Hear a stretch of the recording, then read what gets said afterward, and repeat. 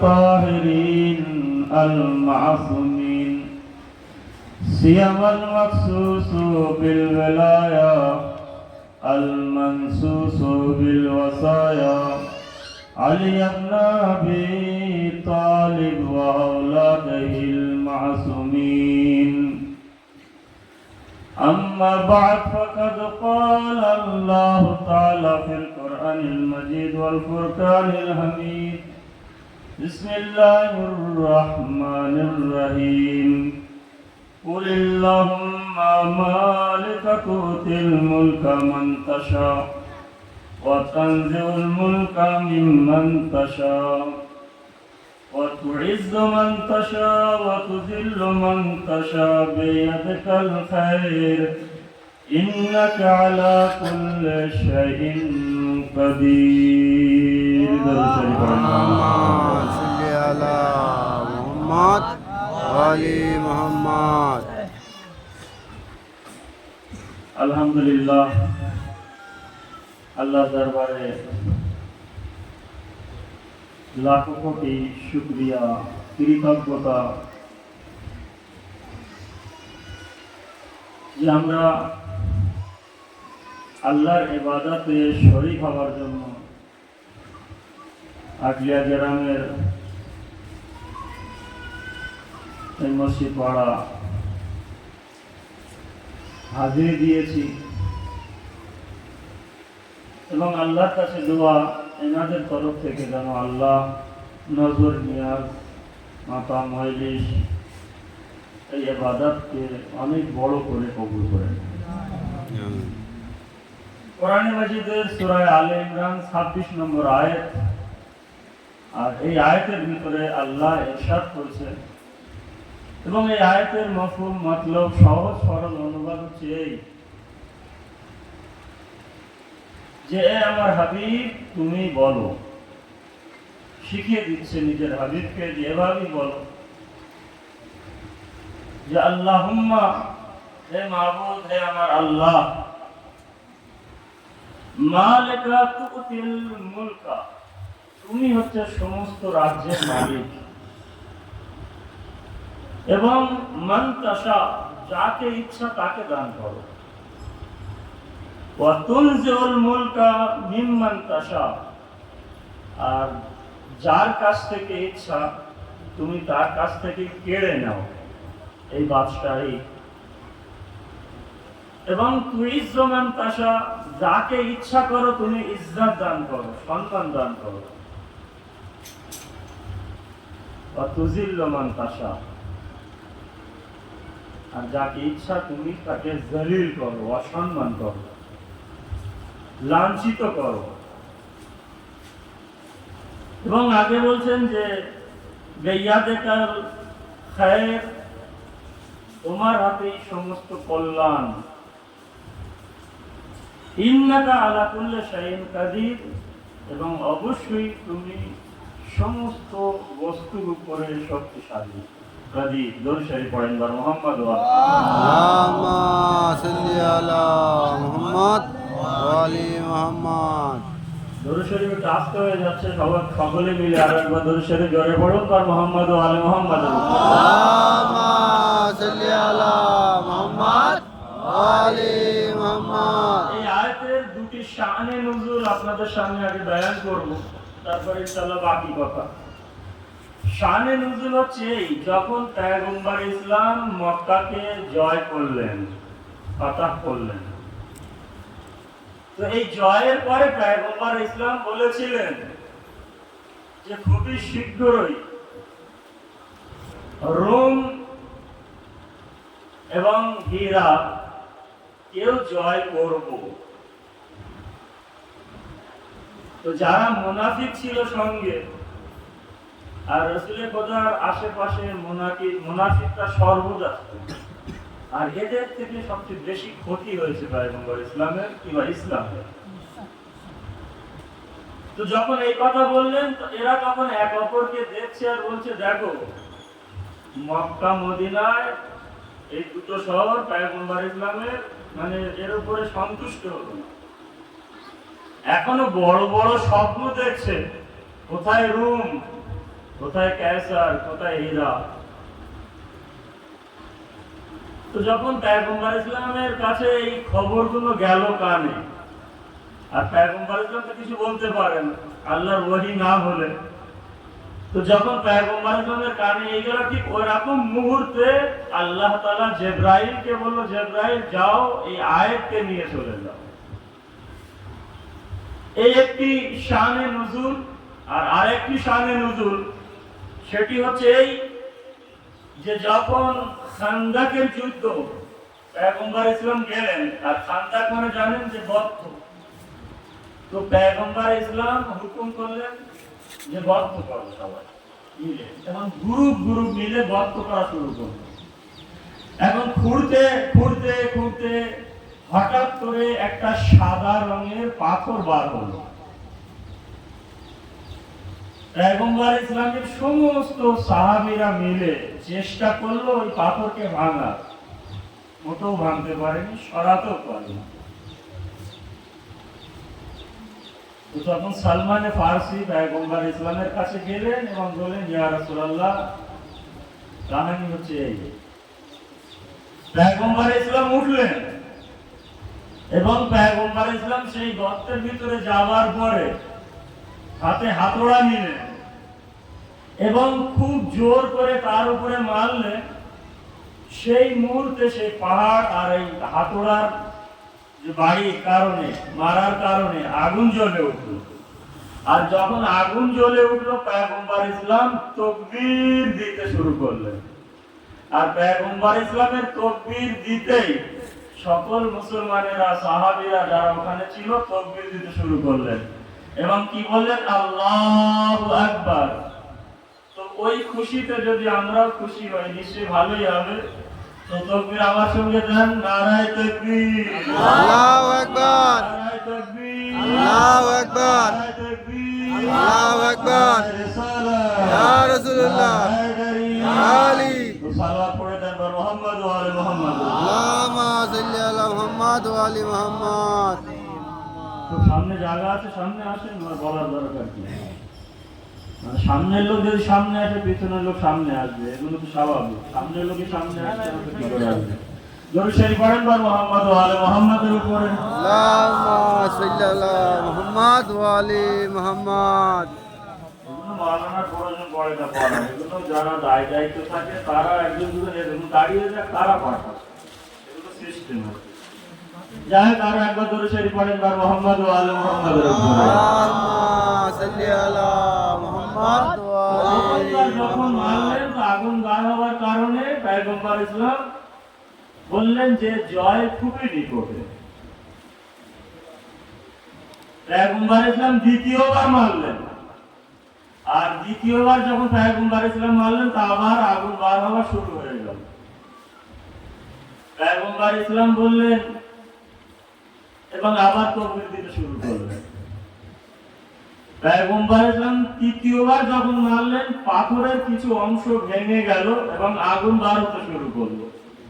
পয়গম্বর ইসলাম আবার তাকবীর দিলেন। আর শুধু পয়গম্বর ইসলাম তাকবীর দিচ্ছেন না, সঙ্গে যারা সাহাবী ছিলেন, যারা এই কাজে লিপ্ত ছিলেন, দায়িত্ব ছিলেন, সকলেই নারায়ে তাকবীর দিচ্ছেন। এবং যখন এই তাকবীর শেষ হয়ে গেল, সকলেই আসলেন হুজুর, বিশেষ করে সালমানে ফারসি আগে এসে বললেন, ইয়া রাসূলুল্লাহ, হুজুর, অন্যদিন যেমন আপনার একটা চেহারা থাকে, আপনার একটা রং ঢং একটা দেখেছি, কিন্তু আজ তো আপনার মুডই আলাদা, আপনার চেহারার রঙই তো আলাদা। পুরো দেখে মনে হচ্ছে খুশিতে আপনি ভরে আছেন।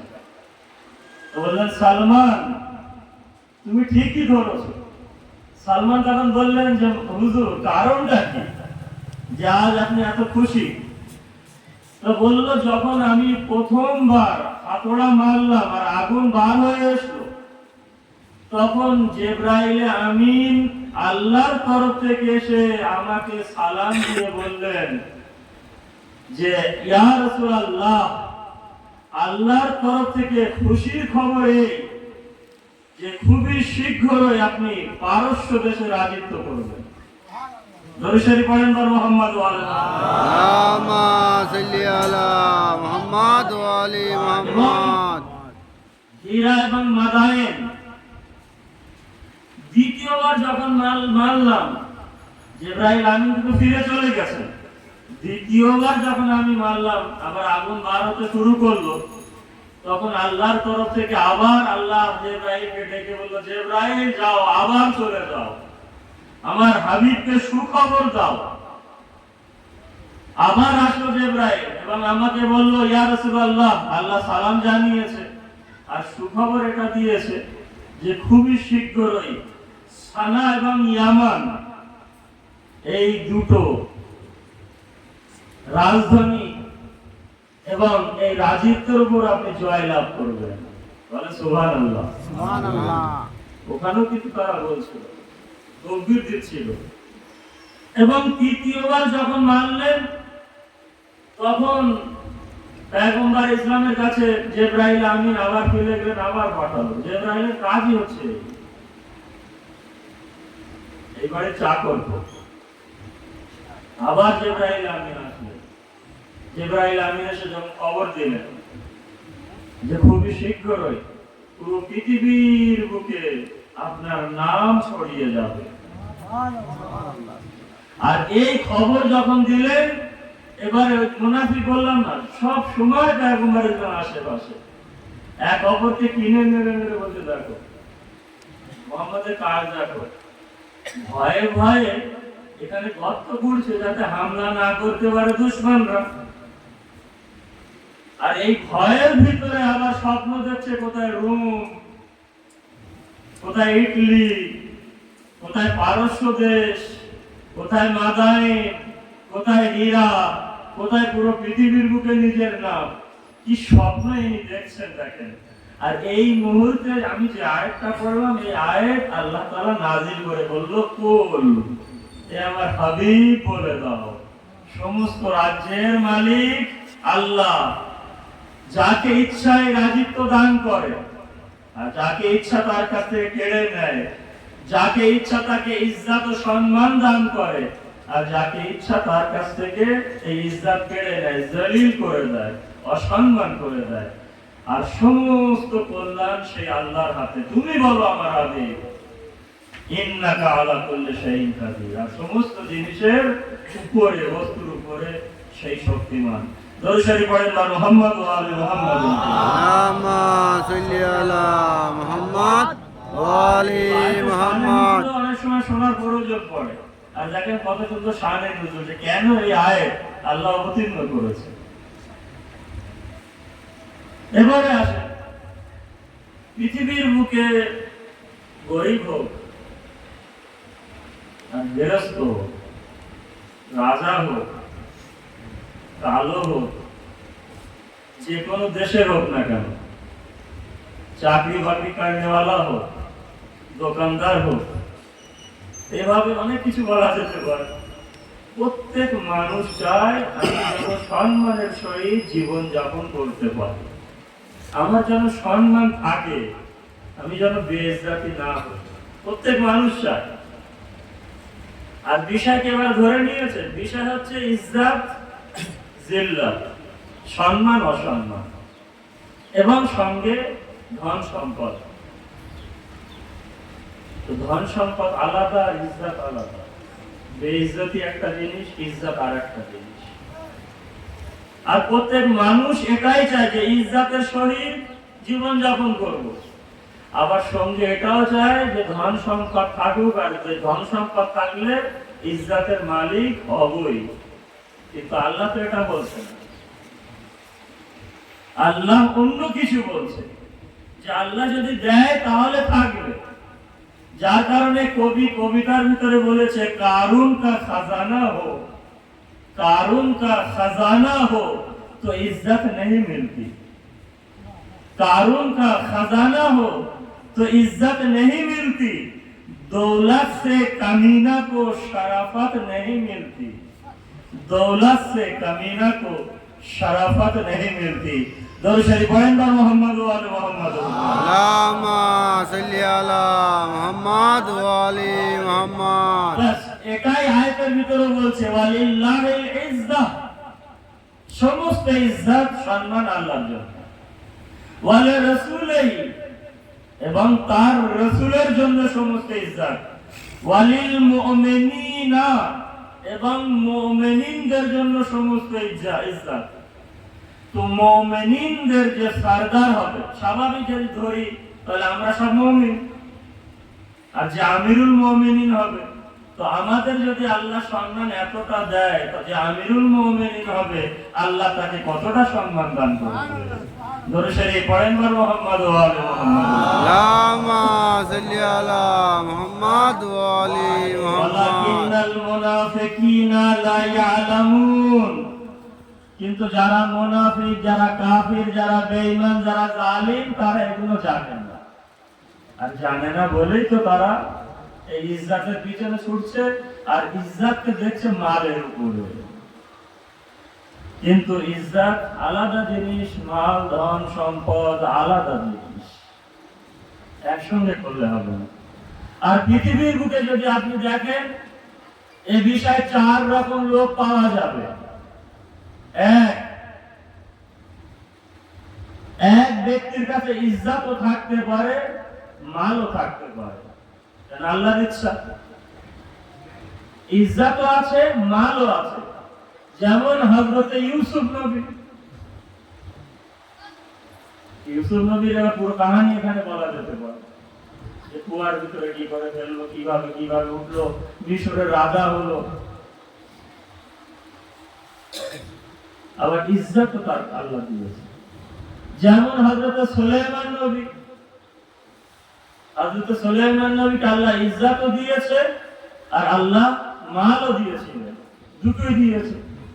এই এক গ্রুপ। দ্বিতীয় গ্রুপ, যে যার কাছে ইজ্জতও নেই এবং মালও নেই, ইজ্জতও নেই মালও নেই, যেমন মক্কার কাফিররা, তাদেরকে আল্লাহ ইজ্জতও দেয়নি, মালও দেয়নি। আর যার কাছে মাল ছিল তার কাছে ইজ্জত আল্লাহ দিয়েছে, যেমন খাদিজাতুল কুবরা। দরুদ শরীফ পড়েন মুহাম্মদ ওয়া আলি মুহাম্মদ। আল্লাহুম্মা সাল্লি আলা মুহাম্মাদ ওয়া আলি মুহাম্মাদ। ভাই দরুদ শরীফ আরো আসতে হয়ে যাচ্ছে আগে থেকে। একবার দরুদ শরীফ আল্লাহুম্মা সাল্লি আলা মুহাম্মাদ ওয়া আলি মুহাম্মদ। করে এই টাইমটা সবার ক্ষেত্রে, কিন্তু হয়তো আপনাদের বলছি না এমন, আমার ক্ষেত্রে দুপুরের এই টাইমটা ঘুমের সময়, বিশ্রামের সময়, তো ওই জন্য চুপচাপ বসে থাকলে একটু ঘুম আসবে। তো একটু মাঝে মাঝে জোরে দরুদ শরীফ পাঠ করিয়ে ঘুম ভেঙে যাবে।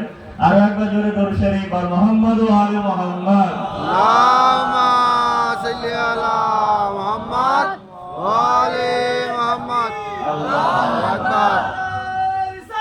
ইয়া রাসূলুল্লাহ, ইয়া আলী, লাব্বাইক ইয়া হুসাইন। তাই দুটো জিনিস বলেছি, পৃথিবীর বুকে ইজ্জত মাল যদি আপনি দেখেন, তো দুটো ভাগ বলেছি। এবার এই দুটো ভাগ কি আরেকবার বলবো? এক ব্যক্তির কাছে ইজ্জতও আছে, মালও আছে, ইউসুফ, হযরত সুলাইমান নবী। এক ব্যক্তির কাছে মালও নেই, ইজ্জতও নেই, মুশরিক কাফির মক্কার। তৃতীয়, মাল আছে কিন্তু ইজ্জত নেই, যেমন ফিরআউন, নমরুদ, সাদ্দাদ, হামান, আবু জাহেল, মাবিয়া, ইয়াজিদ। মাল ছিল, রাজিত্ব ছিল, কিন্তু ইজ্জত বলতে আল্লাহ তাদের মোটেও দেয়নি। দরুদ শরীফ আরো একবার পড়েন মুহাম্মদ। আল্লাহুম্মা সাল্লি আলা মুহাম্মাদ ওয়া আলি মুহাম্মাদ।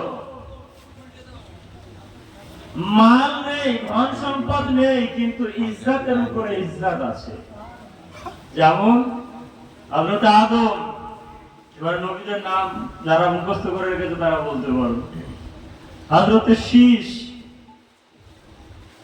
হযরত হাবিল, হযরত মুসা, হযরত ঈসা, হযরত শোয়েব, হযরত আইয়ুব, হযরত জাকারিয়া, হযরত মুহাম্মদ মুস্তাফা,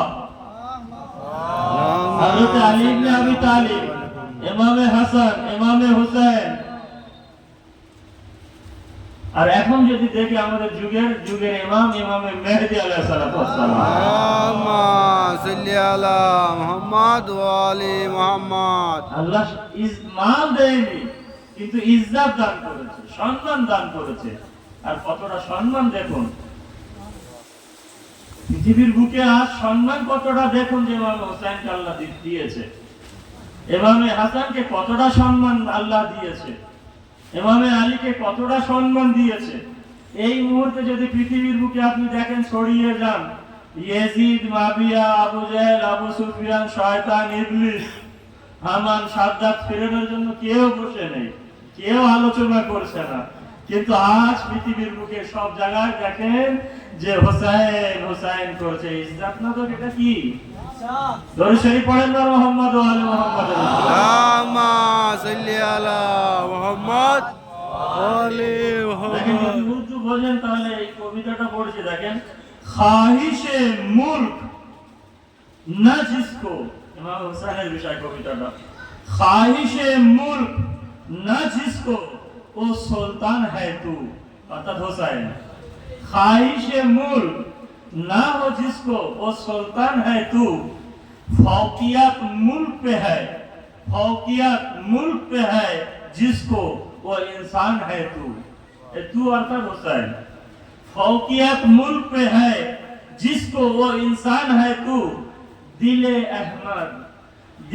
अहमद का मचलता हुआ अरमान है तू, दिले अहमद का मचलता हुआ अरमान है तू, ऐ हुसैन इब्न अली मानाए कुरान है तू, ऐ हुसैन इब्न अली मानाए कुरान है तू, जो ना मोहताज हो लश्कर का, जो ना मोहताज हो लश्कर का वो गाजी है तू, जो ना मोहताज हो लश्कर का वो गाजी है तू, नाज सिजदा करे, नाज सेजदा करे जिस पे वो गाजी है तू, অর্থাৎ হোসেনের এক সেজদা সমস্ত সেজদার সম্মান রেখেছে। দরুদ শরীফ পড়েন না মুহাম্মদ ওয়া আলি মুহাম্মদ। اللهم صل على محمد وآل محمد যখন খলিফায়ে দোম অর্থাৎ দ্বিতীয় খলিফা হযরত ওমর রাদিয়াল্লাহু তাআলা আনহু বায়াত চলছিল, যেভাবে ভোট হয়ে হযরত আবু বকরের বায়াত হয়েছিল এবং ভোটের কারণে হযরত আবু বকর খলিফা হয়েছিলেন। তো এই বায়াতের কারণে হযরত ওমর যখন খলিফা হলেন, তখন হযরত সালমান, হযরত মিকদার, হযরত বেলাল, হযরত আবু যার গফফারি, ইমামে হাসান, এনারা হযরত আলীর বাড়িতে হাজিরি দিলেন, দিয়ে বললেন, মাওলা, আমরা জানি শুনেছি হযরত সুলাইমান নবীকে আল্লাহ ইজ্জতও দিয়েছিল, সম্মানও দিয়েছিল, তো আপনার কাছে কি আছে? আপনার কাছে কিছু আছে? আরে জিজ্ঞাসা করলেন ইমামে হাসান, সকলে সেখানে আছে। তো যখন ইমামে হাসান জিজ্ঞাসা করলেন, তো পকেটে হাত দিলেন, এভাবে হাত দিয়ে ইমামে হাসানের হাতে একটা আংটি বার করে দিলেন। এখন আংটিটা যখন বার করে দিলেন আর বললেন, দেখো, যে সুলাইমান নবীর কথা তুমি বলছো, আর যে সুলাইমান হাতে একটি আংটি পরতো, যে আংটির উপরে নির্ভর করে সে রাজত্ব করত, যে আংটির কারণে হযরত সুলাইমান নবী ধন সম্পদ পেয়েছিল, হুকুমত পেয়েছিল, ইজ্জত পেয়েছিল, এই সেই আংটি। দেখা যায় তাতে মোহাম্মদ আর আলী লেখা আছে। দরুদ শরীফ পড়েন না মুহাম্মদ ওয়া আলি মুহাম্মদ। اللهم صل على محمد وآل محمد সেই সুলাইমান নবীকে দেখতে চাও আর আমার রাজত্ব দেখতে চাও? বলেন, বাবা, যদি ইমামে আলী ইবনে আবি তালিব উঠলেন, আকাশের দিকে ফিরে কিছু একটা বললেন, ইমামে হাসান বলেন, আমরা বুঝতে পারিনি কি বললেন। দেখেন, ইমামে হাসান কিন্তু ইমাম হিসেবে সব জানেন, আমাদের মতন লোকদের বোঝাবার জন্য। তো বললেন, বাবা, কিছু আমরা বুঝতে পারিনি। হঠাৎ দেখলাম মেঘের এক টুকরো এসে হাজিরি দিলেন আর সালাম করলেন, আসসালামু আলাইকা ইয়া আলী ইবনে আবি তালিব। ইমাম উত্তর দিলেন, ইমাম বললেন বিছিয়ে যাও, বিছানার মতন বিছিয়ে গেল। ইমাম বললেন, এটা হাসান, সালমান, আবু যর, বেলাল, যাও সাওয়ার হয়ে যাও। শুনেছেন তো হযরত সুলাইমান নবুয়্বত বিছানার উপরে চলতেন। হযরত আলী ইবনে আবি তালিব আবার কিছু বললেন, আবার একটা মেঘের টুকরো কোথায় না কোথায় ছিল, সে হাজিরি দিয়ে সালাম করলেন। মাওলা বললেন বিছিয়ে যাও, বিছিয়ে গেলেন। মাওলা হাজিরি দিলেন, কিছু বললেন, উঠতে শুরু করলো। কোথায় কোথায় চলে গেল, 7 আসমান, 7 জমিন, 7 সাগর পার করে চলে গেল কোথায়। ইমাম হাসান বললেন, হঠাৎ করে দেখলাম বিশাল বড় একটা ফলের ফুলের বাগান, যা কল্পনাও করতে পারি না। এবং সেই বাগানে যখন পৌঁছে গেল, ইমাম ইশারা করলেন, মেঘ নামিয়ে দিল। সেই বাগানের ভিতরে দেখে একটা সুন্দর বিল্ডিং, আর তার ভিতরে একটা চেয়ার আছে, যে চেয়ারের উপরে কেউ একজন ঘুমাচ্ছে, হেলে দুলে ঘুমাচ্ছে। একটা চেয়ার আছে, দেখেছেন এভাবে? ইমামে আলী ইবনে আবি তালিব বলেন, বেটা হাসান, যে আংটিটা দিয়েছিলাম ওই আংটিটা ওর আঙুলে পরিয়ে দাও। আংটিও পরানো এখনো শেষ হয়নি, সেই ব্যক্তি উঠে বললেন, আসসালামু আলাইকা ইয়া আলী ইবনে আবি তালিব ইয়া ওসিয়া রাসূলুল্লাহ ওয়া খলিফাতাহু বিল আওফাস। এই আলী, তোমার উপরে সালাম হোক ওই সুলাইমান নবী, যে সুলাইমান নবীর আংটির মাধ্যমে, যে আংটির উপরে নির্ভর করে এই সুলাইমান নবী রাজত্ব করেছিল, ইজ্জত পেয়েছিল, সম্মান পেয়েছিল, মাল ধন সম্পদ পেয়েছিল। সালাম হোক তোমার উপরে এই আল্লাহর রাসূলের ওসি। দরুদ শরীফ পড়েন বার মুহাম্মদ ওয়া আলিহি আল্লাহুম্মা সাল্লি আলা মুহাম্মদ ওয়া আলি মুহাম্মদ। ইয়া আলী, ইয়া আলী, ইয়া আলী। এবারে যখন কথাবার্তা হয়ে গেল, হাসানকে বললেন, হাসান আংটি খুলে নাও। যে আংটি খুলে নিল সুলাইমান নবী, আবার যেভাবে সেভাবে। আসলে যিনি জীবিত থেকে ঘুমাচ্ছিলেন তা না, ভাই আতর ভাই বলছিল না, যারা ঘুমিয়ে থেকে, জেগে থেকে যারা ঘুমায় তাদের বোঝানো যায় না, ওই ঘুম। সত্যিকারের উনি মৃত্যু ঘুম ঘুমাচ্ছিলেন, কিন্তু আংটি দেওয়ার পরে রূপ ফিরে এসেছিল। আংটি আবার খুলে নিল, যেখানকার সেখানে, আবার তিনি ঘুমিয়ে পড়লেন। বেটা হাসানকে বললেন, বেটা হাসান, এই হচ্ছে আমার রাজত্ব। ইমামে হাসান আসলে যারা সঙ্গে ছিল তাদেরকে বোঝাতে চেয়েছিলেন, এদিকে বায়াত চলছে, যার কারণে এই ঘটনা তো শুনেছেন। সালেমানে ফারসি একদিন গেলেন হযরত আলীর বাড়ি, দেখে যে জুতো সেলাই করছে, জুতো বসে বসে জুতো সেলাই করছে। বললেন, মাওলা, জুতো বাজারে নিয়ে মুচির কাছ থেকে সেলাই করলে ভালো হতো। তো ইমামে আলী বলেছিলেন, সালমান, জুতো সেলাই করার পরে হাতে দিয়ে বললেন, সালমান, এই জুতোর মূল্য কত হতে পারে? মাওলা, 1 কোটিও হবে, 1 কোটিও দাম নেই। আর ইমামে আলী বলেছিলেন, সালমান, মুচির কাছে নিয়ে যাও কি করে? এত সেলাই করা, এত সেলাই করা, সেলাই করার জায়গা নেই, লজ্জা করছে। আর হাতে দিয়ে সেলাই হয়ে গেল। বললো, দাম কত? বলে 1 কোটিও দাম হবে না মাওলা।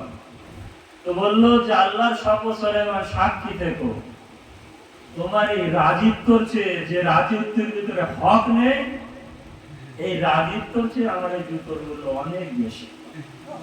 দরুদ শরীফ পড়েন বার মুহাম্মদ ওয়া আলিহি আল্লাহুম্মা সাল্লি আলা মুহাম্মদ ওয়া আলি মুহাম্মদ।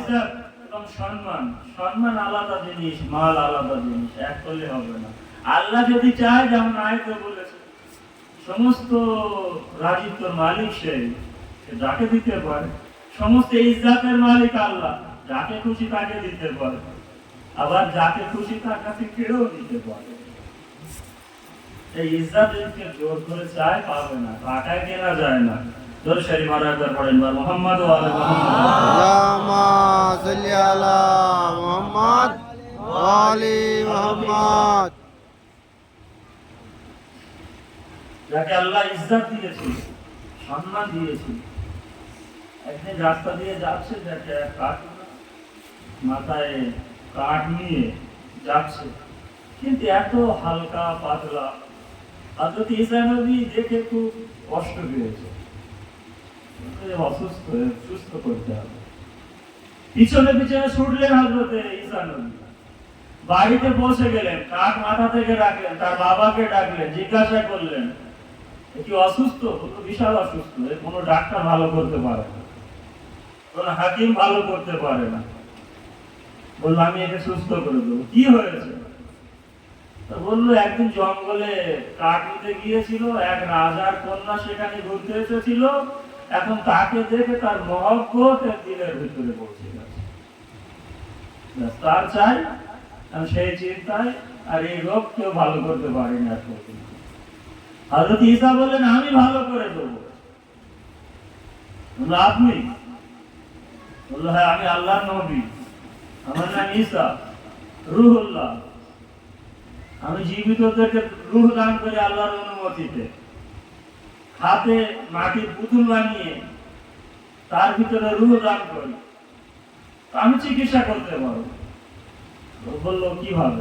বললো একটু ডাকো ছেলেকে। ডাকলো, সবকিছু বললো। বললো যাও রাজ দরবারে যাও, আর সোজা যে বলবে যে তোমার মেয়েকে আমি দিতে এসেছি এবং দেখাশোনা কর, বিবাহ করতে চাই। এখন এই কথা শুনে সোজা রাজ দরবারে যাওয়ার পরে না সালাম না কালাম না কথাবার্তা আমি কিছু। বললো রাজামশাই আপনার মেয়েকে আমি চাই, বিবাহ করবো। বললো বিবাহ করে তো পয়সা করে কিছু আছে? বললো না কিছু নেই, আমার কাজই নেই। তো বললো দেখো বাবা, এখন সৈন্যরা সেনাপতি এরকম মারতে যাবে। তো বললো না, রাজা দুটো চালাক ছিল, বুদ্ধিমান ছিল। বললো বাবা এদিকে। বললো দেখো দেখ মোবাইল তো প্রয়োজন পড়ে, তুমি যদি 7টা হিরে আনতে পারো তাহলে আমার মেয়ে তোমার হাতে তুলে দেবো। সবাই বলছে রাজামশাই আপনি কি বলছেন? দেখো বুদ্ধিমান হলে এবং বুদ্ধিমান হলেও আল্লাহ যদি চায় সে বুদ্ধিও খাটে না। এখন রাজা বলছে সৈন্যদেরকে, বলছে দেখো আমি এই কারণে বলেছি গরিব মানুষ, শুধু একটা হিরেতে আনতে পারো না, 7টা কোথা থেকে আনবে? আর আনতে যখন পারবে না তো আমিও মেয়ে দেবো না। এর ওদিকে আসল হিরে আছে পিছনে। তো ওখান থেকে বাড়ি আসলো, ঠিক আছে আপনি বসুন আমি হিরে আনছি। হযরত ঈসার কাছে বাড়িতে ফিরে এসে বলল যে ঈসা জানবো 7টা হিরে। তো বললো এই মরুভূমিতে পাথরগুলো পড়ে আছে সব পুরো, এক বস্তা পাথর পুরো। হযরত ঈসা নবী কিছু বললেন, আল্লাহর অনুমতিতে সব হিরে হয়ে গেল। বললো যা নিয়ে চলে যা। দরুদ শরীফ পড়েন বা মুহাম্মদ ওয়া আলি মুহাম্মদ। আল্লাহুম্মা সাল্লি আলা মুহাম্মাদ ওয়া আলি মুহাম্মাদ। বস্তা কাঁধে নিয়ে রাজ দরবারে চলে গেলেন। রাজ দরবারে যাবার পরে সেই পুরো বস্তা সিংহাসনে রাজা বসেছিল পায়ের সামনে ঢেলে দিল এভাবে। বললো রাজা মশাই আপনি 7টা হিরে চেয়েছিলেন, এই নেন 1 বস্তা, আরো যদি লাগে তা আমার পুরো বাড়ি হিরে ভর্তি হয়ে আছে। দরুদ শরীফ পড়েন বা মুহাম্মদ। আল্লাহুম্মা সাল্লি আলা মুহাম্মাদ ওয়া আলি মুহাম্মাদ। বললেন কোন দিকে? হযরত ঈসা নবীর দিকে। এইগুলো হচ্ছে বোঝার কথা। বললেন আরো যদি লাগে আমার পুরো বাড়ি হিরে আছে। এবার রাজা তখন আর কিছু বলতে পারছে না, স্বাভাবিক ওয়াদা হিসেবে দিতে হবে। তো রাজা ওয়াদা হিসেবে দিয়ে দিলেন। এবারে কথা হচ্ছে এই, সকলেই আমরা জানি, সমস্ত শিয়া সুন্নি মৌলভী মাওলানা আমরা জানি, যখন হযরত ঈসা নবী তো ওই দিক থেকে হযরত মারিয়াম থেকে শেষ, যখন হযরত ইব্রাহিম ইসমাইলের নসল থেকে আস্তে আস্তে আমাদের যুগের ইমাম মেহেদী আসবে। আল্লাহুম্মা সাল্লি আলা মুহাম্মাদ ওয়া আলি মুহাম্মাদ। সাল্লি আলা মুহাম্মাদ ওয়া আলি মুহাম্মাদ। আর হযরত ঈসাকে চতুর্থ আসমান থেকে নামানো হবে, তখন পিছনে এসে দাঁড়াবে ইমামে মেহেদী বলবেন, ঈসা মৃত জীবিত করতে, হীরা দিয়েছিলে, পাখি বানাতে, সবকিছু করতে আল্লাহর অনুমতিতে, আসেন বিসমিল্লাহ, নামাজ পড়িয়ে দেন। তখন হযরত ঈসা বলবে যে হে মেহেদী, আপনি কোথায় আর আমি কোথায়? আল্লাহ তাআলা আমাকে সম্মান দিয়েছে, কিন্তু এতটা সম্মান এখনো দেয়নি যে আপনার সামনে দাঁড়িয়ে আপনার ইমাম হয়ে আমি নামাজ পড়াবো। যার কারণ নামাজ আপনি পড়ান, আর আপনার পিছনে আপনার পায়ের কাছে আমার সিজদা হবে। দরুদ শরীফ পড়েন না। লব্বাইক ইয়া মেহেদী, লব্বাইক ইয়া মেহেদী। এ হচ্ছে হযরত ঈসা আর ইমাম মেহেদী। কোন মুসলমান এসে মৌলবি এসে বলুন যে হযরত ঈসা নামাজ পড়বে না ইমাম মেহেদীর পিছনে, তাহলে আল্লাহ যদি ঈসাকে এত সম্মান দিয়ে থাকে, এবারে বুঝুন আমি একটু উল্টো আসি। ইমামে মেহেদীকে আল্লাহ এতটা সম্মান দিয়েছে, আর সেই ইমামে মেহেদী নামাজ পড়েছেন তার পিতা ইমাম হাসান আসকারীর পিছনে, তাহলে তার সম্মান কতটা হবে? ইমামে হাসান আসকারী নামাজ পড়েছেন তার পিতা মুহাম্মদ তকির পিছনে, তাহলে তার সম্মান কতটা হবে? মুহাম্মদ তাকি ইমামে আলী নকির পিছনে নামাজ পড়েছে, তার সম্মান কতটা হবে? ইমামে আলী নাকি নামাজ পড়েছে ইমামে রেজার পিছনে, তার সম্মান কতটা হবে? ইমামে রেজা নামাজ পড়েছে মুসা কাজিমের পিছনে, তার সম্মান আল্লাহ কতটা দিয়েছে? মুসা কাজিম নামাজ পড়েছে ইমামে জাফর সাদিকের পিছনে, জাফর সাদিকের সম্মান কতটা হবে? আর জাফর সাদিক নামাজ পড়েছে মুহাম্মদ বাকিরের পিছনে, মুহাম্মদ বাকির ইমামে জাইনুল আবেদিনের পিছনে, ইমামে জাইনুল আবেদিন ইমামে হুসাইনের পিছনে, ইমামে হুসাইন নিজের ভাই হাসানের পিছনে, ইমামে হাসান নিজের পিতা আলীর পিছনে, তাহলে আলীর সম্মান কতটা হবে? আর আলী নামাজ আদায় করেছে সর্বপ্রথম হযরতে পয়গম্বর ইসলামের পিছনে, তাহলে সেই নবীর সম্মান কতটা হবে?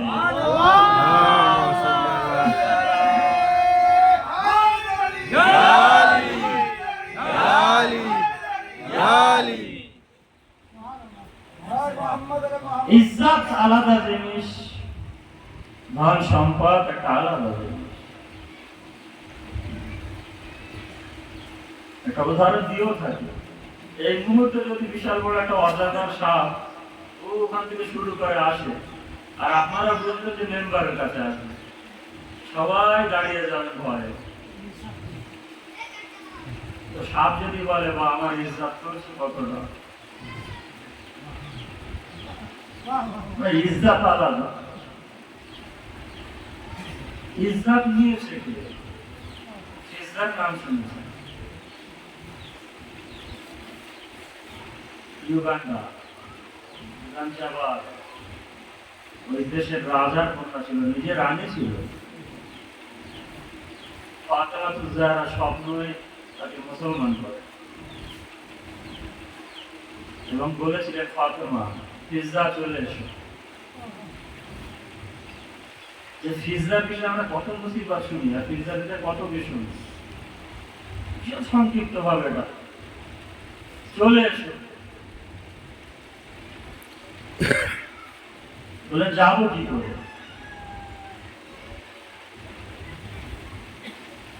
বলে ইউগান্ডা ছেড়ে তুমি যাবে আসলে ওখান থেকে আমি নিয়ে রাত্রে নিজের জুতো খুলে সিংহাসনে রেখে বলেছিল, থাক এই সিংহাসন আর এই জুতো।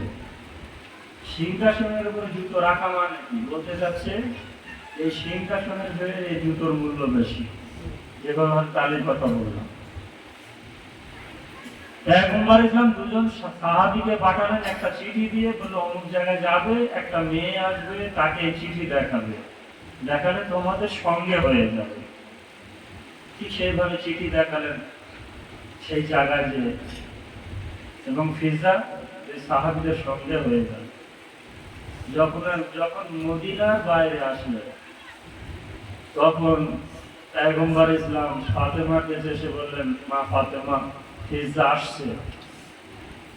ফাতেমা গেলেন ঘরের ভিতরে চাদর আনতে, বললেন বাবা আমিও যাবো আনতে।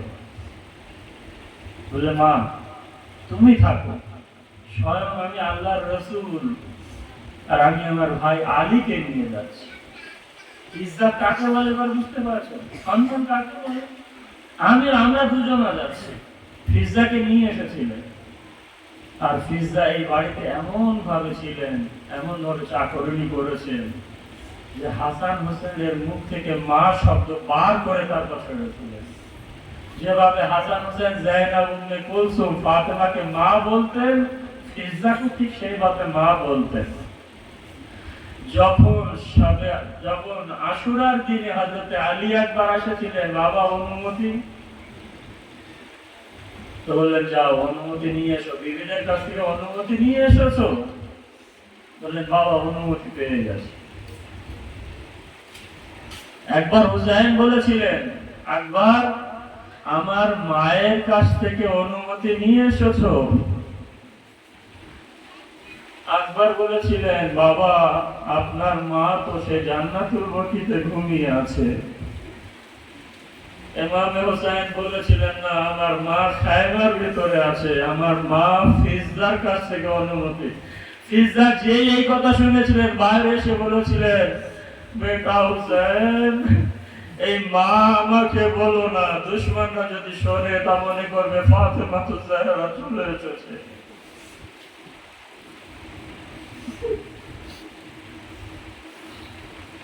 মা বা বলো না। যখন আলী একবার অনুমতি নিলেন ফিজ্জার কাছ থেকে, এখান থেকে চলে গেলেন নিজের মায়ের খায়মায়, তো মা মুখ ঘুরিয়ে নিয়ে বসলো, বললো বেটা এক এক করে চলে যাচ্ছে আর তুমি এখনো জীবিত এভাবে আমার সামনে ঘুরছো। বললো আম্মা এই কারণেই তো এসেছি অনুমতি নিতে। বললো একবার দেখো আমি তোমার শাদী হওয়ার মান্যত করিনি, কিন্তু মান্যত যদি একটা করে থাকি, মান্যত করেছিলাম যখন তোমার লাশ দেখবো 4 রাকাত শুকরানার নামাজ আদায় করবো। 4 রাকাত শুকরানার নামাজ আদায় করবো। বেটা এই মান্যত আমার জন্য পুরো নয়, সেই কাজটি করো। ওখান থেকে অনুমতি নিলেন, বিবি জাইনাবের কাছে গেলেন, আর জাইনাবের কাছে যে সামনে বসে পড়লেন, আঁচল বাঁধলেন, হাত বাঁধলেন, বললেন ফুপু আম্মা 18 বছর ধরে লালন পালন করেছো, কিন্তু আমি কোনোদিন কিছু চাইনি। এই 18 বছর পরে আজ আমি কিছু আপনার কাছে চাইবো, দেবেন? ফুপু জাইনাব উঠে দাঁড়িয়েছিলেন, আলী আকবরকে কোলে নিয়েছিলেন। বেটা 18 বছর আমি লালন পালন করেছি, আর আমি অপেক্ষা করতাম আমার আকবর আমার কাছে কিছু চাবে, আর আমার আকবরকে আমি সেই জিনিস দেবো। কিন্তু বেটা আকবর 18 বছর পর এই খায়মার ভিতরে কিছু চাচ্ছ, বেটা এমন কিছু চেয়ে না যেন আমি দিতে না পারি। বললো না ফুপু আম্মা বসেন। বসি আলী একবার এভাবে বললো, বেটা ফুপু আম্মা আপনার মূল্য বেশি, সম্মান বেশি, ইজ্জত বেশি না দাদি ফাতেমা তো জাহরা? বেটা একবার কোথায় ফাতেমা আর কোথায় জাহরা? যখন এই কথা বললেন তখন বললেন ফুপু আম্মা তাহলে সেই দাদির যদি সম্মান বেশি হয় আপনার সম্মান কম হয়, আর আমি তো আপনার বেটা, আর সেই হুসাইন ফাতেমার বেটা, তার সম্মান বেশি, তাহলে তোমার এই আলী আকবরকে কুরবান করে দাও সেই ফাতেমা সন্তানের উপরে। যখন এইভাবে চাইলেন মুখে হাত মারতে মারতে কাঁদতে কাঁদতে বললেন বেটা খোদা হাফিজ। যাকে চাওয়ার কত রং ঢং দেখেন আলী আকবরের। আলী আকবর বাস মাসাইল আমি সম্পূর্ণ পড়বো না। আলী আকবর অনুমতি দিলেন, চললেন। সমস্ত বিবিরা অনুমতি দিলেন, ইমামে হোসেন অনুমতি দিলেন, আব্বাস অনুমতি দিলেন। যখন যাইতে লাগলেন পিছন থেকে আস্তে আস্তে কেউ একজন আওয়াজ দিয়ে বললেন ভাইয়া আলী আকবর, ভাইয়া আলী আকবর একটু দাঁড়াও। সবাই তোমাকে আদর করেছে, সবাই তোমার কপালে চুম্বন দিয়েছে, ফিরে থাকে আর কেউ না 4-4.5 বছরের সাকিনা। একবার সাকিনা বলছে ভাইয়া তুমি এত লম্বা চওড়া আর আমি এত ছোট, আমার হাত তোমার গলায় পৌঁছাবে না। ভাইয়া পা দুটো আগে করে দাও, এই সাকিনা একটু চুম্বন দিয়ে দে। একবার হাত উঁচু করে বলো, সাকিনা তোমার বুক আর তোমার মাথা আমার পায়ে কেন, এসো আমার বুকে আয়। আয় সাকিনা, তোকে বুকে জড়িয়ে দে। বুকে জড়িয়ে দিবে, আদর করে ছেড়ে দিবে। ইন্না লিল্লাহি ওয়া ইন্না ইলাইহি রাজিউন। রেজা করদাই, মাফ করবেন।